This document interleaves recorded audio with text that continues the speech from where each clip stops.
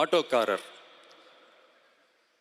ஒரு கர்ப்பிணி பெண்ணை ஆட்டோவில் ஏற்றிக்கிட்டு ஹாஸ்பிட்டலுக்கு போகிறாங்க. பெரிய மழை பெஞ்சிக்கிட்டு இருக்கு. அப்போ அவர்கிட்ட இருந்த அந்த கொடையை அந்த கர்ப்பிணி பெண்ணுக்கிட்ட கொடுத்துட்டு இதை எடுத்துக்கிட்டு போமா அப்படின்னு சொல்கிறாங்க. அப்போ அந்த பொண்ணு சொல்கிறாங்க, ஆனால் இது எப்படி நான் உங்ககிட்ட நான் திருப்பி கொடுக்கறது? அதுக்கு அந்த ஆட்டோக்காரர் சொல்கிறாரு, வேற யாருக்காவது தேவைப்படுறவங்களுக்கு கொடுத்துருமா அப்படின்னு சொல்லிட்டு அவர் போயிடுறார். அந்த கர்ப்பிணி பெண் அந்த கொடையை எடுத்துக்கிட்டு ஹாஸ்பிட்டல் வாசலுக்குள்ளே போகும்போது அந்த வாசலில் ஒரு பெரியவர் மழைக்கு பயந்துக்கிட்டு அப்படியே கை கட்டிக்கிட்டு நின்றுட்டு இருக்கிறார். அந்த கர்ப்பிணி பெண் அந்த கொடையை அந்த பெரியவர்கிட்ட கொடுத்து, ஐயா இதை எடுத்துகிட்டு போங்க ஐயா அப்படின்னு சொல்கிறாங்க. அதுக்கு அந்த பெரியவர் இதே மாதிரி கேட்குறாரு, அம்மா நீங்கள் யாருன்னு எனக்கு தெரியாது, எப்படிம்மா இந்த கொடையை நான் திருப்பி உங்ககிட்ட கொடுக்கறது?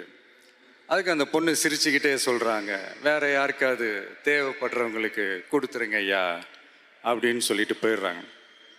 உடனே அந்த பெரியவர் கொடையை எடுத்துக்கிட்டு பஸ் ஸ்டாப்புக்கு வராரு. பஸ் வருது, ஏறி போகும்போது அங்கே பார்க்குறாங்க ஒரு பூக்கார அம்மா பூவை வச்சுக்கிட்டு ஒரு அட்டையை இப்படி மழைக்காக பிடிச்சிக்கிட்டு உட்காந்துட்டு இருக்கிறாங்க. பெரியவர் போய் அந்த கொடையை அந்த பூக்கார அம்மா கிட்ட கொடுத்துட்டு அவர் பஸ் ஏறி போயிடுறார். பூக்காரமாக அந்த கொடையை எடுத்துக்கிட்டு வீட்டுக்கிட்ட வரும்போது அங்கே ஒரு ஸ்கூல் படிக்கிற பொண்ணு பேக்கெல்லாம் மாட்டிக்கிட்டு மழையில் ஓடி வர்றாங்க.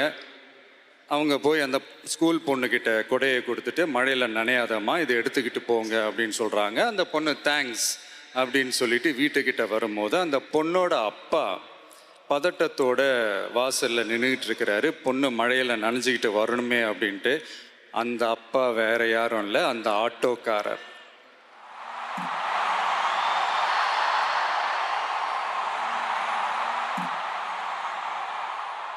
அந்த குடை அவர் கொடுத்த குடை. So the moral of the story is,